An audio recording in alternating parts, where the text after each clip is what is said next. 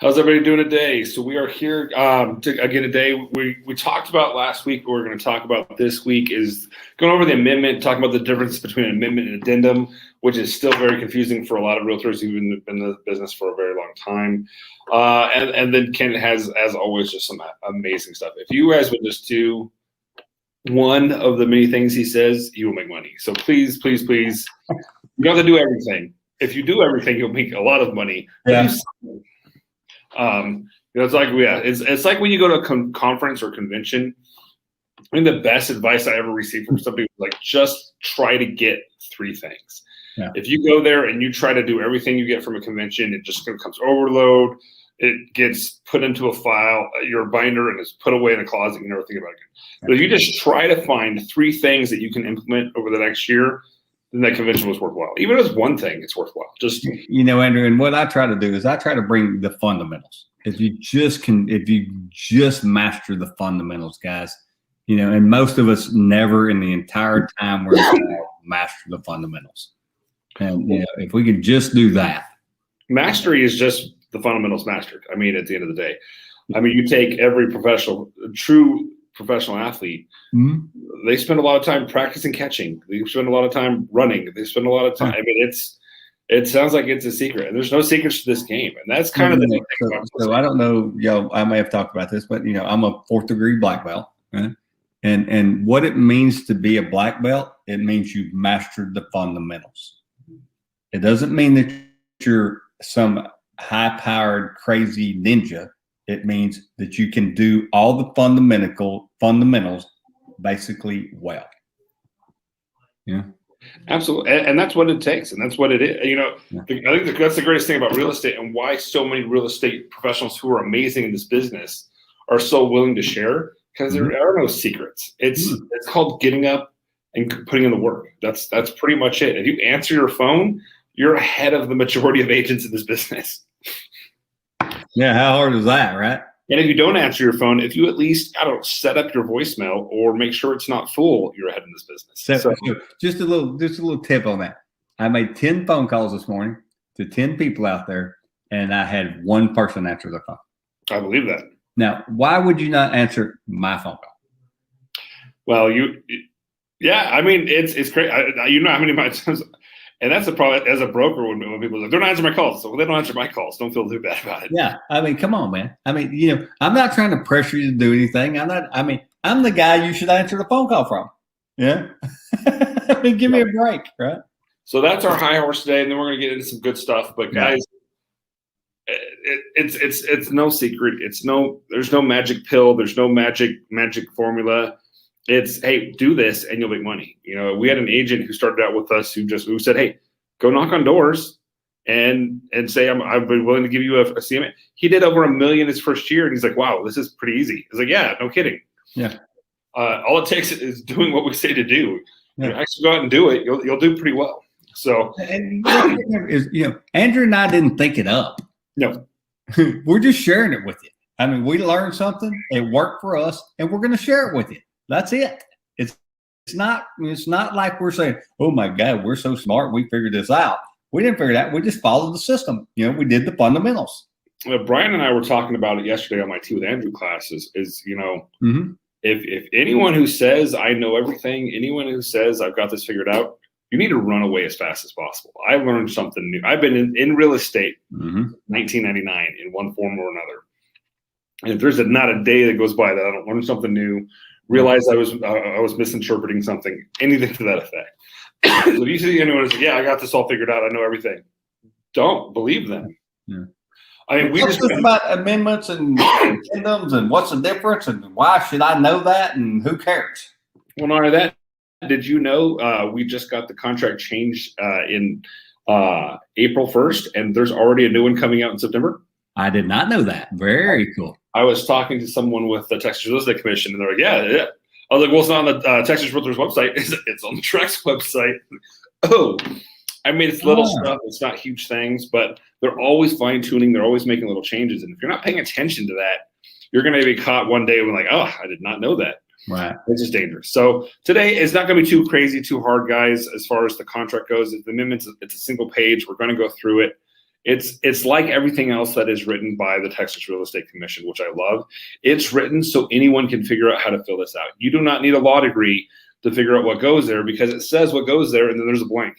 But let's go into it. Let's make sure we understand it now. So I'm going to transfer over to my screen share. Can you see that, Kent? Yes, I can. Awesome. All right. So what we're talking about is the amendment. Now, I want you guys to understand, because we got verbiage. Okay, there's an amendment and an addendum. An addendum is a part of the contract, so it'll be included during the contract as it comes into place. Now, as soon as we execute this contract, and execution is done when all parties have finally agreed that this is our final deal, that contract is untouchable. We can't touch it again. We can't make any changes to it. We can't cross anything out. So if there's any changes that need to be made to that contract now, we need to get this form, which is form number TXR 1903. Okay, truck number. And that's specific that the lender can't ask you to change that afterwards. And they do quite often. And that is a big fight we have with lenders a lot, is where they come and say, we need to change the name. So we'll do it in a minute. No, we need on the contract. I can't change the contract. It is done. It's empty. It's over. No backsies. If you need to change a name, if you need to do any of that, you do that on this on this amendment form right here. Now, the nice thing about this form is, you guys see, it has not changed since 2015. And that's huge. I want to talk about that in a moment, because there's a portion in here where that comes into play and you need to be very careful about. So, of course, at the very top, street address and city of the address that we're doing.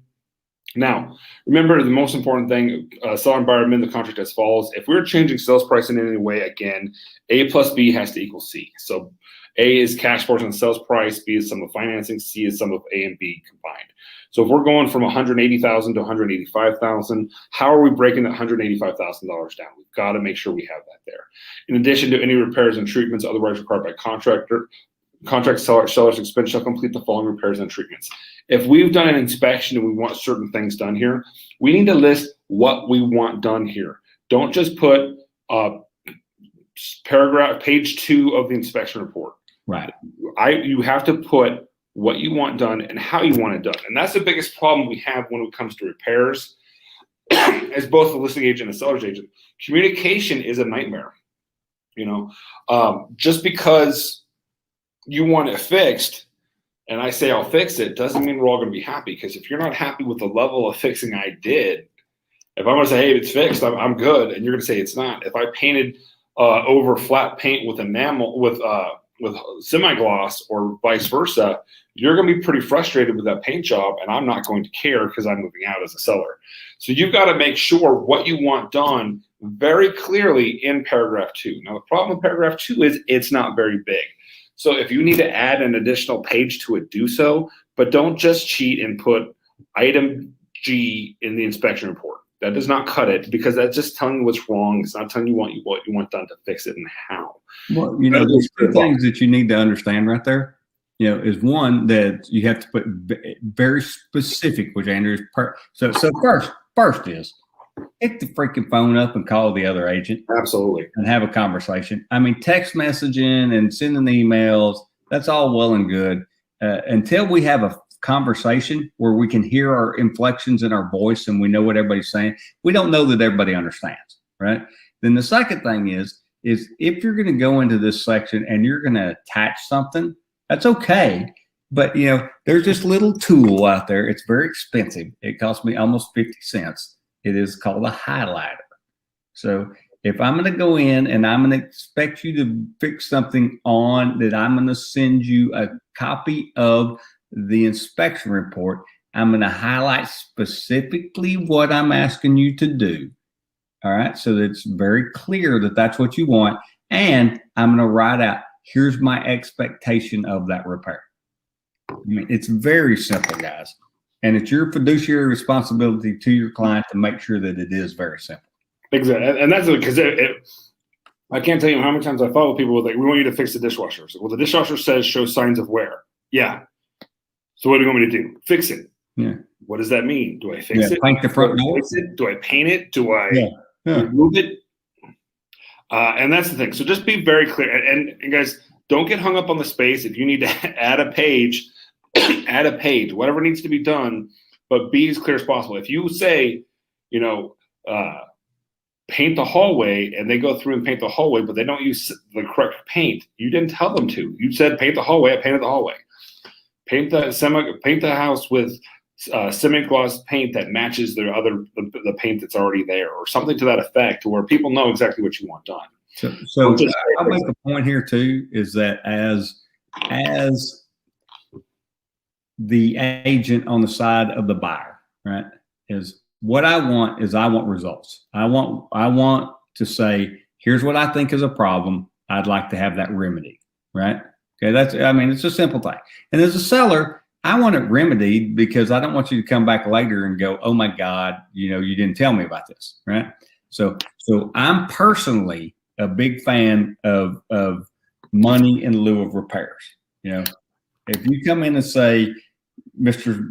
Seller, I would like you to, paint the front porch, right? Okay, well, so I can, there's no licensed agency that says I have to go get a licensed person to paint a porch, Now, plumbing, electricians, and things like that there are, but to paint the porch, there's not, right? So what I would prefer to do is just say, hey, look, Mr. Buyer, I get it. I know the porch is kind of wear and we should have took better care of it. Here's X amount of dollars in lieu of that repair. I'd love for you to be able to have a great front porch. That's an option, and I love it too. A lot of times lenders don't like that. That's where paragraph 5 comes in so handy as well. Yeah. What I recommend, I'm going to get an estimate as a seller. You go get an estimate as a buyer. If they're close, I'm going to agree in paragraph 5, and we'll get there now because we're going to do the whole thing anyway. Cost of lender required repairs and treatments as itemized on the attached list. We paid as follows: blank by seller, blank by buyer. I'm going to agree to pay as the seller. If you give me, say a quote's going to be $900, I'm going to give you $900 to be paid by seller at time of closing to your vendor of choice. Because if it's your vendor and there's an issue, it's your vendor and it's your fault. I can't have any control of it. So paragraph 5 works because I've seen a lot of times, especially if buyers are purchasing with any kind of down payment assistance or certain programs, they can't receive money. Right. And so a lot of times they do not allow cash in lieu of repairs. And paragraph 5 is really great for that purpose as well. Very good point.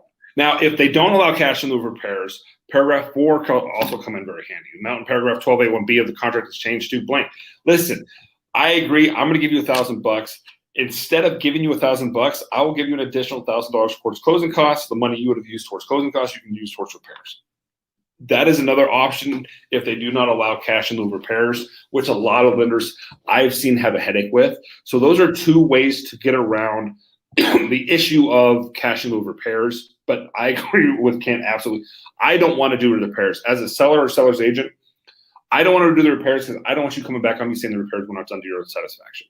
I either want to give you money for it, and I'll tell you this, 99 times out of 100, if I give you money for the repairs, those repairs will never be done. I will stand by that statement. Right. That's irrelevant. It is, but it's funny. But it's accurate, but it's still relevant.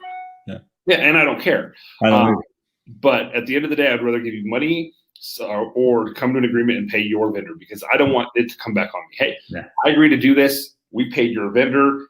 It's off my book. Right. So we skipped paragraph 3. We talked about 1, 2, 4, and 5. Mm-hmm. Paragraph 3 is if we're going to change, if this contract is going to extend, you've got to extend the contract. And this we forget to do a lot. And in our current market, that is very dangerous. If the buyer needs 3 more days to close, you better ask for 5, because you don't want to keep asking and asking and asking. But if we don't ask for anything, the seller can cancel this contract at any time because you didn't close on time. So making sure paragraph 3, the date of paragraph 9 of the contract is changed to, and putting a date, and give yourself a couple extra days. If the lender says I only need 2, ask for 4, because that way you've got a little bit more leeway in case something happens, because something can easily happen, and Murphy's Law tells us it will. Well, I think what happens is we misunderstand paragraph 9 of the original 1 to 4 family contract, because it has stipulations in there. If you don't close, what happens? But it's very specific on that, And it doesn't always fall back onto the fact that something had to do with title policy or whatever, which is what's stated in that paragraph. This has to do with the fact the lender goes, man, I got so far behind I couldn't get an appraiser out there. I don't know what to do. Exactly. Now, and that's the question. The problem is it says it will be extended if objections have not been met. Now, Kent, how often have you actually seen someone make up an objection when they receive the survey and the commitment? Zero would be my number. Yeah, I've never seen it either. I mean, and the problem is it says very clearly, if objections have not been satisfied, we will extend the contract. Well, if we didn't have any objections, we can't use that paragraph. Exactly. Now, again, we're not attorneys. We can't give you legal advice. Right. But a safe thing to say is if we're getting close to that deadline and we're getting a little worried, we want to extend the contract because in this current market, if I'm representing a buyer, I want my buyer protected. Right. Well, and the thing about it too is you got to remember. I mean, there's basically you're going to hit two things: lenders behind, appraisers behind. Yeah. I mean, fundamentally, when we go through this, those are the things that happen, right? Now, why is the lender behind? Most of the times because the buyer didn't get the information to the lender in time to get it to where they could get it closed, right? Sure. Yeah. And so, but then, appraiser being behind is just the fact that, there's X amount of homes being sold, there's X amount of appraisers out there, and you can only do so much work in so much time, right? And so, that's where these things come into play is we got to say, hey, look, it's outside of the control of the buyer or the seller. Okay. It just is. There's ancillary parties involved in this that have to take part in it. There's nothing any of us can do about it. We have to be adult enough to understand that that's real. Just because I, as a buyer, and you as a seller said, we're going to sell it on the 15th of August, doesn't mean that all the ancillary parties around us can make it happen by the 15th of August. But this is where your reputation and your ability to work with other people is extremely important. Absolutely. If you've been a pain in the neck and you need more time, they're probably not going to give it to you. No. This is where the fact that we need to remember what Kent says early on in this in these classes has said, we are a team. And we need to act like a team. I don't want to win and you lose. I want everybody to win. And if you go in there with that philosophy and you treat people with respect, they will work with you when the time comes. But if you've been a pain and you need more time, they're probably not going to give it to you. So it's very important to have that. There's nothing worse than being known as a prima donna in your area. Yeah. And unfortunately, it happens to a lot of agents, especially agents that have been around for a while. Is they come in and say, "No, you need to understand. I know how to do this." Well, yeah, I get you know how to do it. I understand that, but there's other things involved besides just you.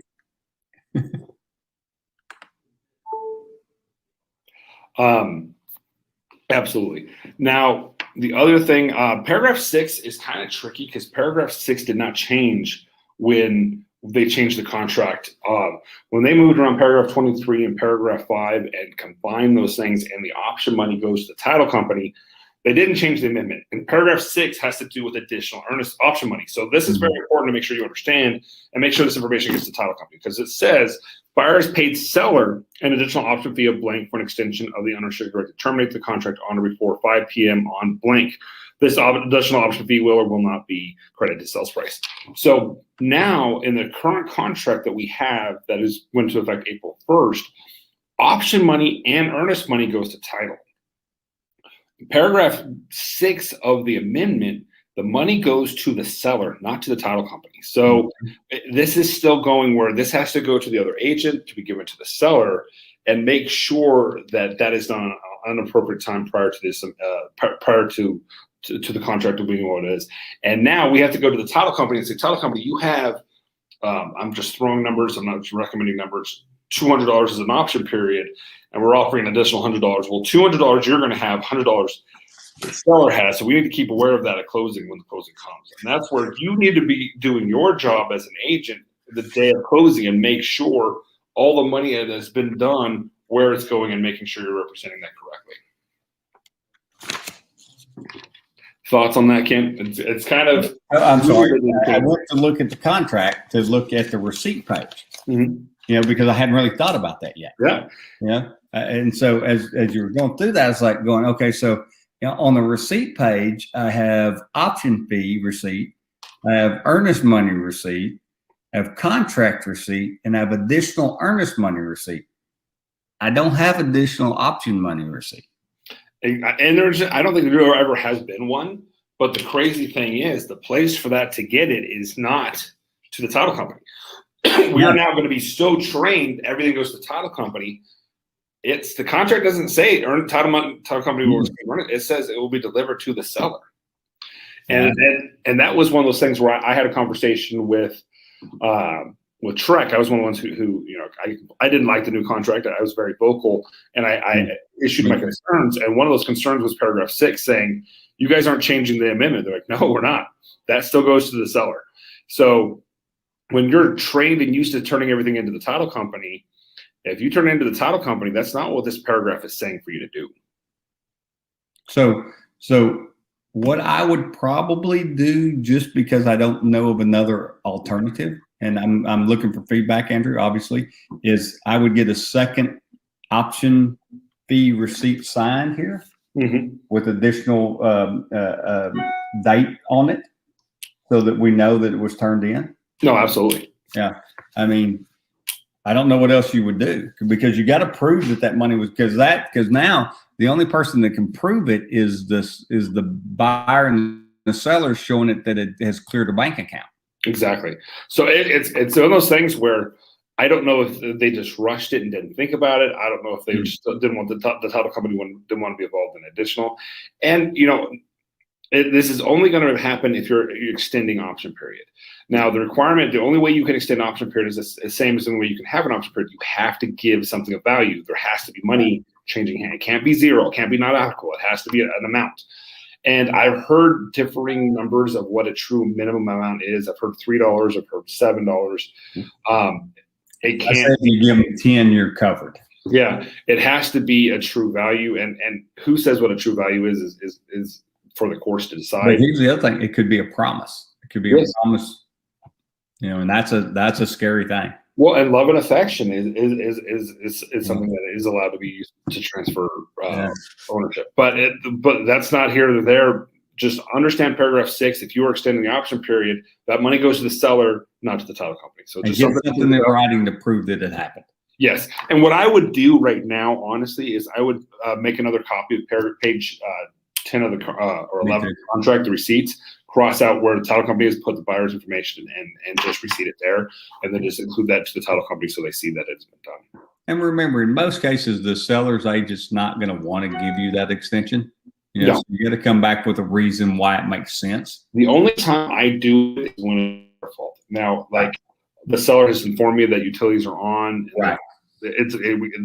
They go out there in the gas system, and I'm like, oh yeah, I forgot to do the gas. It's like, well, it's my fault that the gas is not on. So I'm not going to hold you to this 10 days because it's our fault. The utilities. Yeah, but if you pitch an offer to me that says I'm going to do a 2-day option period because I want to win this offer, and then come back and go, oh well, I really need 8 days. What? You're going to have to find another way to get unrestricted right. Yeah, the reason you won this deal is because of 2 days and you do it. That's exactly right. Paragraph 7, buyer waives unrestricted right to terminate the contract for which the option fee was paid. That's a big deal. It's a big deal. I don't know why it's. I mean, you already paid for an option. You already have it. So I don't know why this is being done. So I can tell you. Okay. All right. So this is a big deal to me. Right. And it was very important early on when we're trying to get deals closed. So if I go out there and I have unrestricted right for 10 days, right? And I get the inspection done in 2 days or 3 days, and it's over. We've all agreed. We've gone through the process. Everybody's agreed on it, and we're at day 4, right? The lender won't order the appraisal till after that 10 days is up. So I give away that restricted right so that I can get the lender to go ahead and order the appraisal so we can move forward. That makes sense. That makes sense. Yeah. That's the only reason that I think it's there. And I think it makes good sense if you understand how to use it. No, absolutely. I would use that if I'm making an offer to you, Andrew, right? And I know I'm going to be in multiple offers. And I come in and I say, Andrew, I want 10 days for my option period. And you come back and go, yeah, everybody else wants 3. What I'm going to say to you is, look, I don't know if the roof looks bad. I think we're going to have to get a foundation guy out there.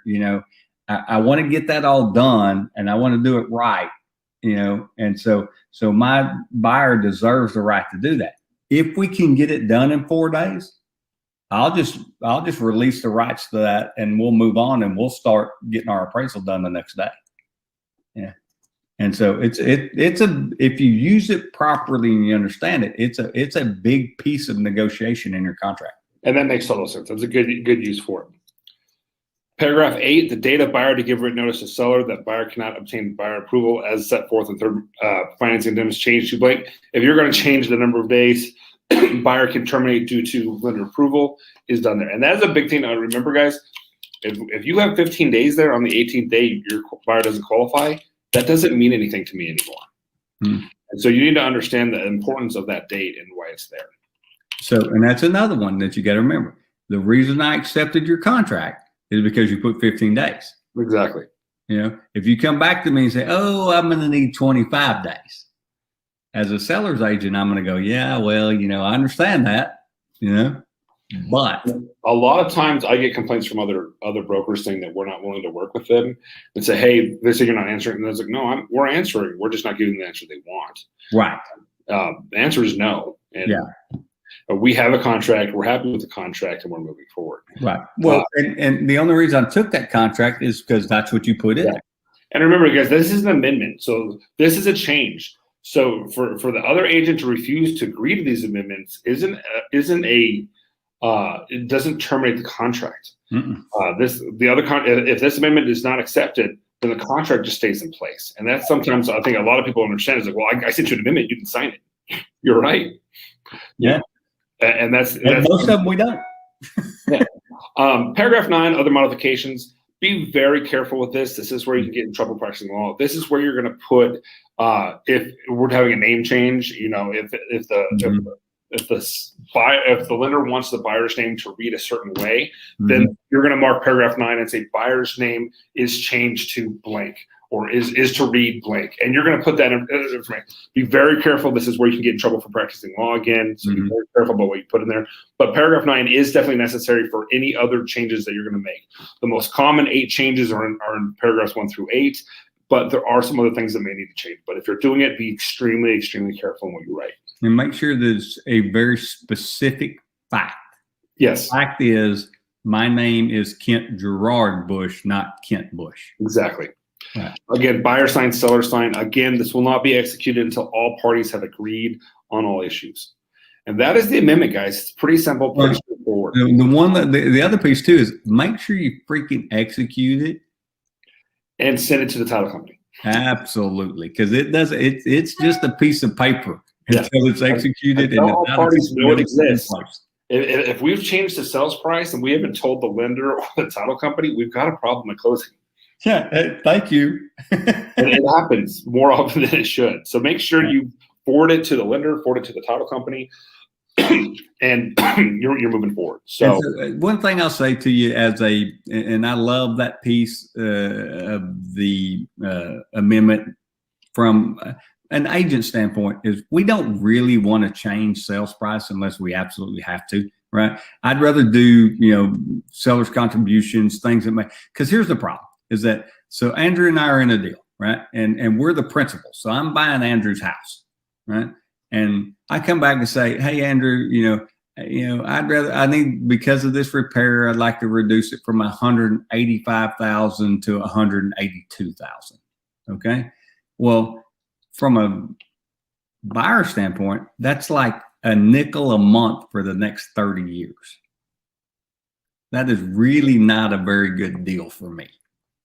Okay. It's really not, it doesn't really bother the seller a whole lot, but the reality of it is that, I'd much rather come in and say, hey, look, it's 185,000. I need $2,000 more in lieu of repairs to go into seller's contributions so I can fix the gutters on the house. That's real money. That's something that you and I can work with today. It makes sense. It goes out there. So remember, when you're working with your people, do things that make sense to them.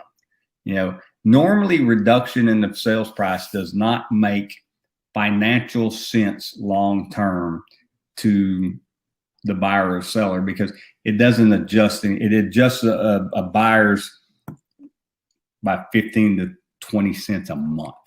Yeah. Yeah. The only time, if it doesn't appraise is when you're going to see that. Mainly. Yeah. And that's fine, and I'm good with that. But when it's repairs and stuff like that, No, I agree. and it just really doesn't make any sense to the buyer or the seller. The only time that I like to use that is when I know we're so overpriced that we're not going to lose. And I'll be like, yeah, I'll give you $3,000. Yeah. Well, my friend Brian, I win. And y'all know I love Brian, and I've talked to him. He's like, one of his negotiation tactics, which cracks me up, is like he'd always go in and say, he's got the buyer. We looked at the house. We love it. The house is perfect. He'd come back and say, well, we want this and this and this, but we also want the front porch painted. And the guy's like, I painted it last week, and he's like, but he always just used that as a negotiation tactic where you go, oh, okay, well, we'll give you that. Oh, but we still need air conditioner fixed. I will always throw one or two things on there that I don't really want. I'm like, all right. It's like when I'm a listing agent, and like, we're going to leave the fridge. But we're not going to tell them that. Right. Because when they come back later, we want to fix these things. Well, we'll do that. Or I'll give you the fridge. Well, exactly. I thought the fridge was included. No, not at all. Not even a little bit. But that's what makes it professional versus just a guy out there listening to the house, right? Absolutely. Is that you thought the process through. You know what's going to happen during the process. It's got to be a win-win situation for everybody, right? I mean, that's the thing. That's where I see most agents fall apart, especially when they hit this amendment, is that they don't understand how to make it a win-win for everybody. No, I agree. And if you'll learn that, just that little simple sales technique, it will change the entire way you deal with everybody that you work with, and the way they deal with you. Is because they know when they get in to deal with you, they go, when they see 15 offers come in and your name's one of those offers, they're going to go back to their seller and say, hey, look, I get it. It's $1,000 less, but we get to work with Andrew. Yeah, no, I've gotten deals that way, and I've picked agents that way. Yeah, I will say that. Now, another thing I will say is when we have 15 offers, I will go to them and be like, listen, we're picking your offer with the understanding that there's a lot of other offers out there. Remember that come inspection time. If you give me a long list, it's not going to get done. And every time we had a talk, I'm not going to do a lot of these things. Right. So, and that's a huge thing. Is I will preface it with like, you win, but right. You win based upon the offer you gave me today. Yeah. Don't think I can't go to one of these other people who are backup if you start asking for some crazy stuff. And I will tell them too. I say, hey Andrew, I love you. I'm looking forward to doing business with you, right? But I will tell you, I'm going to put 3 backup offers in behind this. Yeah. Why not? I mean, that's my job. Yeah. Our job is to get the best deal for our clients, and sometimes the best deal is making sure that they have a backup. Talk to us, Ken. How are we making money today? Oh my goodness, man. So, all right. I am so excited about it. All right. So one of the things that I've learned, over the years is that we all live by this 80-20 rule. All right. And what the problem is we have a very hard time defining who the 80-20 are. Right. So, because we love to work with the 80 because they're fun. Right. But the 20 is the ones that make us the money. Right. And so we have to learn how to define that. So that's where we go back, and I'm going to go back a little ways to some of the things we've talked about in the past. And first and foremost is your database. You have to create that database. Our goal with the database is to work that. If you work your database properly, 80% of your business is going to come from 20% of the most people that you're the most active with in that database. It's just going to happen. Okay. That's reality. And I don't care where the lead comes from. Let's make that very clear. I'm a sphere of influence guy. That's where I believe they should come from, but they can come from anywhere. Once they come in, they get into the database. Now the system's the same. It doesn't make any difference where the lead comes from. Once you get them into the database, the system becomes the same.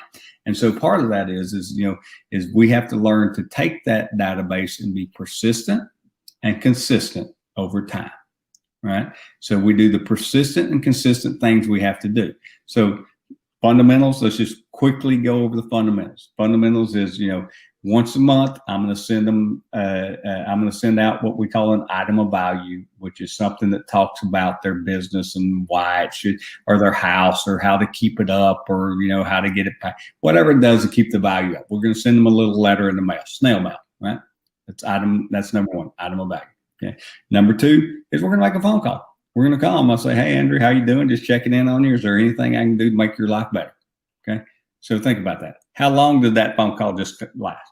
Hey, Andrew, just checking in on you, just making sure that they're, if you need anything, if not, is there anything I can do to make your life better? Okay. And he's going to say yes, no, maybe. Okay. Right. And at the end of that, before I hang the phone up, I'm going to say one simple thing is, hey, oh, by the way, never forget, I'm never too busy for your referral. If you got anybody that's looking to buy or sell real estate, please send them my way. Okay. That's a phone call. Okay.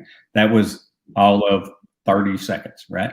All right. So that's the phone call. Then as soon as I get done with that, I'm going to sit down. I'm going to reach into my pile. I'm going to get some cool little note like this. I'm going to write Andrew a note. I'm going to put my little sticker on it.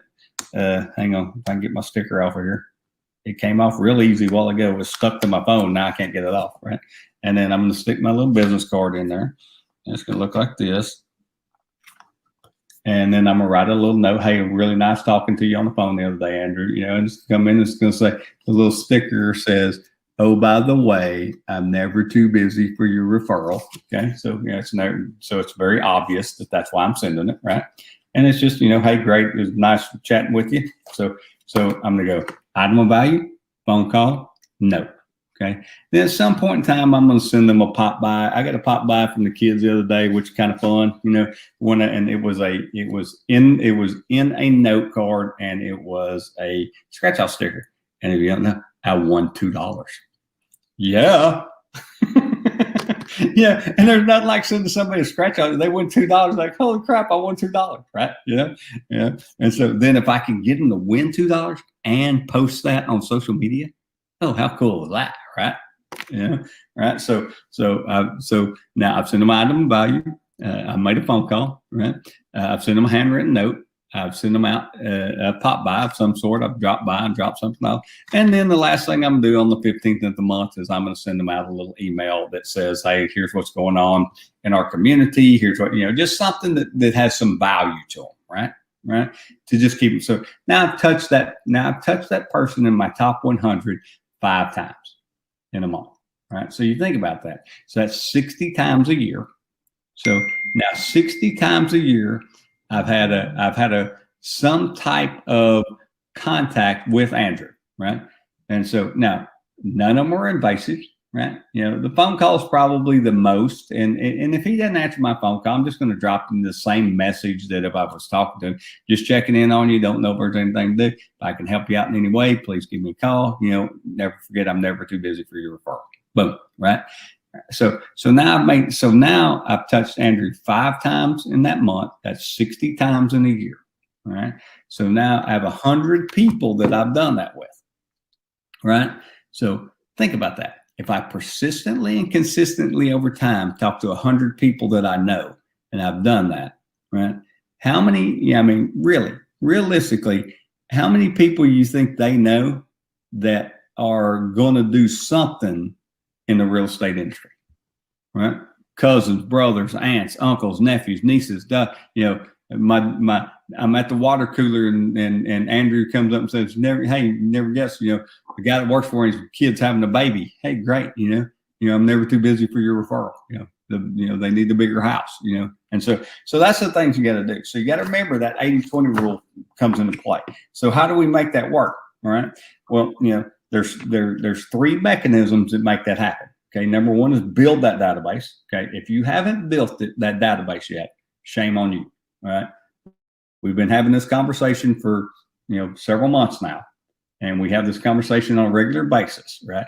If you have not stopped long enough to take the time to put your people in a database, you have got to do that. That's something you have to do. We're talking about a few hours on a Thursday afternoon that you can sit down and knock that out. Okay. Then you have to sort that database. Okay. You sort it based upon priority. And priority is very simple. A pluses, A's, B's, C's. If you do that, now you're in a position where you're going, okay, I'm going to talk to my A's first, right? Because those people that are know and love me. Hi, Mom. Yes. Is your next door neighbor really thinking about moving there? Yes. You really think, would you rather have my sign in their yard or somebody else's, right? Come on, right? And then you got to make sure that database is qualified. So the top 100 people have to know that you are in the real estate business. An email blast out to those people does not qualify. You've got to send something in the mail to them. You've got to make sure that they know who you are. Right. So it's a very simple process. So we do that. Okay. And then the other thing is that, as you're building this thing, you got to stick to the system. Okay. The item of value goes in their mailbox before the first day of the month. And I know everybody's like, oh, Ken, I'll get it out. If you don't get it in before the first day of the month, you don't have a reason to call it. So the item of value that went out this month was about, taking care of your sprinkler system, right? Because it's an important time. It's hot, those things bust, heads pop off, water shoots straight up in the air, all that kind of stuff, right? Right. So now I've sent out an item of value. Andrew picked it up, and it's, it's in a nice little envelope, and it's got this cool little piece in there that talks about how you maintain your sprinkler system. So I can now pick the phone up and say, hey, Andrew, did you get that information I sent you on how to maintain your sprinkler system? Well, here's what I want. I want him to say yes, no, or maybe. I don't care. I know I've sent it. I now have a reason to call it. Most of you never make the phone call because you never have a reason to make the phone call other than, do you know somebody wants to sell real estate? Well, see, now I do. So I can pick the phone up and I can call Andrew and say, hey, man, did you get that stuff on the sprinkler system? I'm a real big proponent in sales techniques, like, so he says, yes, maybe. So I say, here's what I found, Phil found, I felt my sprinkler system was doing really well until I went out and looked at it. And then I figured, here's what I found. I found out I had zones that weren't even spraying water because it does it at 5 o'clock in the morning when I'm in bed, So here's what I found is I found this guy, Joe, who comes in and maintains them for like $20 every 3 months. You need to meet my friend Joe. So now I've done several things. One, I've done the Phil found, right? We all feel good about it, right? We all know it's something. And then I've also referred one of my vendors, right, into this place where now he'll give me a referral down the road because I keep referring, right? It all runs together, guys. It's all part of a big wheel. We just have to understand the wheel, and we have to understand why it is we do what we do, right? What happens to us as real estate agents is we think it's all about somebody giving me a referral, right? And that's just not the case. What it is, it's about me giving Andrew everything he needs. When I'm trying to establish with him during this process is I want to become his guy. When somebody says, hey, do you know somebody that's in the sprinkler business, or somebody that's in the pool business, or somebody that's in the lawn care business, or I need Andrew to say, hey, I got a guy, Kent knows everybody. Right. So when he's out there talking to people, he's going, oh, you need to call my guy Kent. He can find you a guy to fix the bricks on the chimney of your house. Go try to find somebody to fix the bricks on the chimney of your house. Okay. It sounds like a simple thing. Yeah, no. But I got a guy that does that. Right. And I need Andrew through these items of value, the conversations we have, we're passing it on to go, hey, I got a guy. You need to call my friend Kent. Right. If I can get him and all of my top 100 to constantly refer me, I don't care if it's real estate. I don't care. One of my best clients in the history of clients all came from the fact that I left him a handwritten note. I adopted him as a client. He came in from another agency, and I put in the note, if you ever need to know who a car mechanic is. Now I said doctor and vet and restaurant and all those kind of things in the note, but the key that popped out to him was car mechanic. So he calls me he says, Ken, man, my car broke down. I don't know what to do. I said, go see my friend Jeremy out at Rick Radiator and Muffler. Tell him Kent sent you. He's going to take care of it, right? He goes out there. Of course, Jeremy takes perfect care of him, right? He comes back. That year refers me 7 deals. Why? Because I cared about him, right? And I did exactly what I told him I was going to do. I'm going to take care of you. You're going to move to my community where it's my responsibility to know everything. It's my responsibility to help you as a real estate agent. That's part of my job. Past the closing date, right? I'm going to do that, right? Why? Because every person I ever talk to is worth a minimum of 5 transactions, right? But we look at them transactionally instead of relationally, and we have to look at them relationally, and that's a huge deal.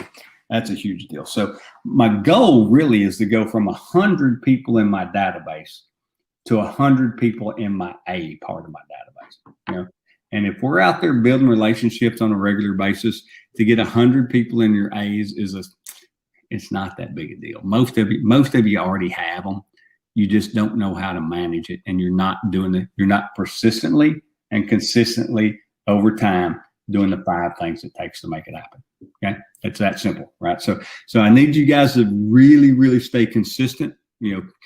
I want, one of these days I'm gonna have the tattoo drawn up so we can all put it on like the inside of our arm right here that says persistent and consistent over time. So that you have to look at it every day and make sure that you know that you do that. And the important thing is doing it. The problem is people get very jaded and think no one's paying attention. Nick was very much doing YouTube videos, doing them all the time. He slowed down. He didn't even know coming to me, dude, what happened, man? I love your videos. Why aren't you doing them? And you don't notice who's noticing it. And that's the important thing to remember. Just because you don't see that people are seeing it, they're seeing it. They're noticing it. They're doing it. You're going to get business from it. It's huge. Yeah, I mean, and that's a great.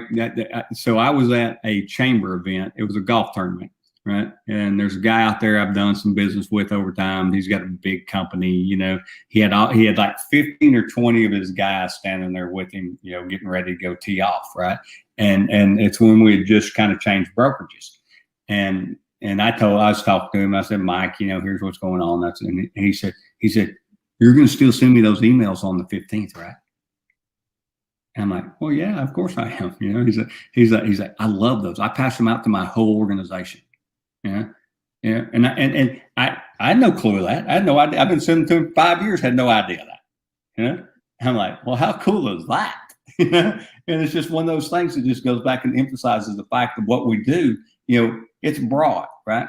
And the broader it is, the more ability we have to create, relationships, which gives us more ability to create transactions, which when we create a transaction, everybody gets paid, right? I mean, it's really, really that simple. So, just be sure that you're doing the things to do that. If you don't know how to build an open house, guys, if you don't know how to build a database, do simple stuff. Like you got agents in there that are, big time agents that don't really want to sit at that open house. Go sit at that open house. Say, hey, look, I'll do it. I'll go sit at that open house. Why? Not because I want to try to sell that open house. I mean, if I get to sell the open house, that's just a feather in my cap, right? What I really want to do is build my database. I want to meet people and put another part. If I can put, one of the things I heard years and years ago is that, if you want to get really good at building a database, figure out how to go out there and drop off 5 business cards a day to somebody you don't know. Okay? If you can put 5 business cards in the hands of people you don't know every day, think about the multitude of the number of that over a year's period. 5 days a week, I don't care if it's a waiter at the restaurant I go to. I don't care if it's a new guy at the dry cleaners that I went to. Okay. I don't care if it's the guy at the car wash that took my car back there to do it, right? Because here's what I know. They all know people. Either they're going to listen to sell real estate or they know people that are going to listen to sell real estate, period. So I'm going to drop that card off to those guys. I'm at the vet. I'm talking to the girl at the counter to take my dog in to get its shots, right? Guess who's getting a business card, right? That's how you build this stuff. And it's so simple that we don't do it, which is the problem. Is we don't think about it. We don't wait. We should wake up every single day of our life, business day. Okay. Now I'm a firm believer you got to take a day off, but every business day of my life, I need to wake up with intention, and my intention is to grow my business. Okay. It's simple. So what is that? I have to have a plan, and the plan is I got to generate a lead, right? Because generating leads will make you wealthy. Everything else is worth $10 an hour. That's just the reality. Right? So what am I going to do? Handing out a 20-cent or less, I don't think they cost 20 cents anymore, business card, right? Yeah. To create a $400,000 transaction a year from now, was it worth my effort to do that? It'd be worth my effort, most of y'all, I don't know. So pay close attention to that, then learn little simple dialogues, right? And I mean, you got to learn how to talk to people and get them to understand what it is that you want to do. So I'm sitting, probably one of the best referrers I ever had was a guy that I met at the oil exchange place, right? So I'd go in there and get the oil changed in my truck, right? Well, guess what the guy at the counter does all day long? Is all he does is take their money and talk to people. That's all he does. He doesn't go out there and change oil. He never leaves that room. He stands in there, and luckily this guy had a good personality, right? Name's David Goss. Never forget him. One of my best referrers in the history of referrers, right? Is I went in there and I used a simple dialogue on him. I said, hey, David, if you were going to buy or sell a home, or you had a friend or family member that was going to buy or sell a home, do you have a real estate agent that you'd use? He's like, never really thought about it. I said, well, great. I said, hey man, I'd love to be that guy, And he's like, well, cool. I said, well, great. Give me your address. I handed him a business card, right? I got his address and wrote it down because I don't go anywhere without my little book. I did not actually vote today, but I did vote the other day. So I take my little book with me everywhere I go, right? And I wrote his name and number down in it, and I put him in my database. And then I did the 5 things, right? I sent him item value, made a phone call, sent him a note, did a pop by, sent him an email on the 15th of the month. In less than 18 months, David Goss referred 23 people to me. I closed 10 of them. I'll take that any day of the week. Absolutely. Yeah. And so how did I do that? I just used a simple dial on the guy. I met a guy, here's the deal. Hey, Andrew, if you had somebody you knew that was going to buy or sell a home, or you were going to buy or sell a home, do you have a real estate agent you work with? If you say, oh yeah, my sister's real estate, I say, hey, that's great, man. Make sure they use a professional, right? Okay. You didn't eat me. You weren't mad at me. You were like, I can't believe that guy'd come up there and ask me that. I mean, that's such a simple little thing to ask people, and because all they can do is say yes or no, right? If they say no, it took 30 seconds of my life, it's over with, I'll move. I'm still going to give them a business card. I might say, hey, look, if your sister ever gets out of the business, I'd love to be the guy to help you. Something like, I mean, it's really simple. But what we do is we don't wake up with intention. We go in there to the oil exchange place, and we're so worried about that freaking deal that, we're trying to breathe life back into. We got it on, we're out there taking out the pads of, see if we can get it to come back to life because it's died 20 times and they ain't never going to close, that we miss the opportunity to meet David Goss. And that's sad, guys. That's us being one-minded and not understanding what we really do for a living. What we do for a living. I'll make sure Andrew gets with my wife and make sure this goes on my gravestone, right? Is what we do for a living is generate leads, period. That's what we do, right? And if we're not willing to go do that, we're in the wrong, and nothing against them, don't misunderstand, but I believe that's the reason teams exist, is because you got a great guy like Brian who can generate leads better than anybody I know, right? And a bunch of guys that are willing to do the work, so he gives the leads to them, right? And that's why teams exist, right? So think about it. If I was sitting there with him, I'd be going, how does he generate those leads? I love him. He's my friend, but I want to know how he generates them freaking leads, right? And that's all I would care about. So that's what I want you guys to think about, is how simple it is to do that. Work your 80% of your people, so your 80-20 rule is going to always come into play. Constantly be working on your database, constantly be doing that. Think about the dialogue. Think about learning those little simple things that you say when you're talking to people. we're in a conversation, and it's like, at some point in time, it'll come up where you can say, hey, Andrew, by the way, if you're going to buy or sell real estate, or you had a friend or family member that was, do you have a real estate agent that you'd be using? And he's going to go, oh yeah, I never thought about that. So we call that the mayor's. I learned that from actually Brian Buffini through a guy named Joe Nego, who's out in Chicago. They call him the mayor of Chicago, right? And that's all he ever did. And he averages personally, not his team, personally, 250 listings a year. Okay. Yeah. Think about what happens if you can create 250 listings a year. That changes your whole world, my friend. Absolutely. That's a big brokerage in most towns. Right? You know what I'm saying? And so make sure that you learn that, and just make sure that as you're going through what you don't want to do is waste your time. Right. And one of the things I find people do is they get all the way to the end of the process. They go in there, but they don't qualify them. They don't find out if Andrew has a sister that's a real estate agent. They don't get to that final point and go, do you have someone you work with? That's a critical, because it's not a ton of money, but I'm going to spend 55 cents on a stamp for the item of value. I'm going to spend 55 cents on a stamp, to send him an email. So, so I'm going to spend $60, a little over $60 a year on Andrew, just sending stuff, right?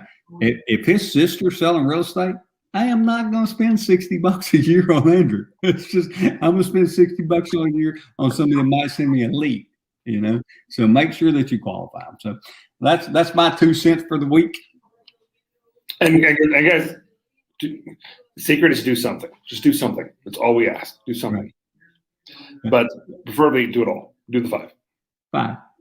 It's 5 things, guys. You're in business. You're in one of the most lucrative businesses in the entire United States. All right. You have the ability to make and I don't care if you want to make $20,000 a year or $2 million a year. Do the 5 things to enough people, and it will happen. Well, and a business that requires so little investment in to be good at. I was talking to a friend, client of mine who is in the tool business. He's like, yeah, I got to go buy $250,000 worth of tools. Hopefully I can sell them all. Oh my God. Oh yeah. So that's why I got involved, and I don't know if I've ever told you this, Andrew, but when, before I got into the real estate business, I owned a specialty beer and wine company. Okay. So I had 5 different stores, right? In those 5, the way it works in Texas is it's a 3-tier system. And because the liquor companies have the best lobbyists in the entire world, everything is done on cash. There is no credit. I can't come in there and get 600 cases of beer and pay you off next week. When they set it down, you write them a check. That's just the way it works with beer. That's the way it works with wine. That's the way it works with liquor, right? You own every piece of inventory the day you get it, right? Yeah, scary, right? And so when I'm sitting there going, okay, so let me get this straight. Right? So I'm sitting with Jamie Whitcliffe, dear friend of mine, broker, my hometown here, right? And I'm trying to talk her into something I'm doing, after I sold the beer and wine stores. And she's like, well, why don't you get in the real estate business? I'm like, my first thing is, well, doesn't real estate suck? This is like, it's back when, it was a downturn, right? I mean, it was terrible, right? And she says, and she looks me dead in the eye and she says, not for people to know how to sell. I was like, oh, crap. So now you're going to challenge me, right? But then she says to me this. She says, well, this is how it works, is that you can sell anywhere in the state of Texas, right? You have unlimited inventory you don't have to own. How critical is that? Unlimited inventory that I don't have to own. All you have to do is put forth a little bit of marketing dollars and marketing time, and you can go out and sell all this millions and billions of dollars of inventory, and you never have to pay for any of it. I was like, well, that ain't fair. Every other business has to pay for it, And it's like, she's like, yeah. I was like, man, And so it was a very short period of time that I made the decision that that's a smart deal. That's a great deal. Like I said, I got into this business in 1999, said I'll do it till I find something better. Yeah. 2021, I'm still here. Yeah, exactly. I mean, how crazy is that? So, So, well, that's where we are. So, guys, go out there, do the things you got to do. Make, just follow the simple 5 steps. Send out some type of item of value. Make the phone call. Handwritten. I mean, you can get notes. I get mine from Buffini. You can get them anywhere. I mean, the dollar store has stacks and stacks of them back there for no money whatsoever. Send that. There's nothing in this entire world that will make you more money for less cost than a handwritten note. It's a game changer. When you write someone and think they will call. I can't tell you how many times I've gotten a phone call from someone like, "Did you just send me a thank you note?" Yeah. Wow, that's awesome. Yeah. Well, it's because it's such a rarity now. Yeah. I mean, it's silly. It's again, and I say this all the time, and I hope people, actually don't just think I'm some old codger trying to tell you something, right? Is that, this is the least expensive thing you'll ever do that will make you the most money you'll ever make, because you think about the idea about it. And so we do everything with intention, right? So why do I write a handwritten note?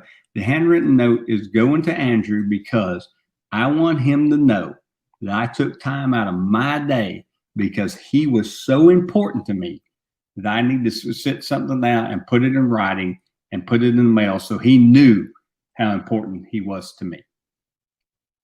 Changes everything. Absolutely. Well, guys, we're getting on over an hour, so we don't want to keep it too long, but I hope you got something out of this. I hope you understand the difference between an amendment and an addendum. We just want you to do something. Anything.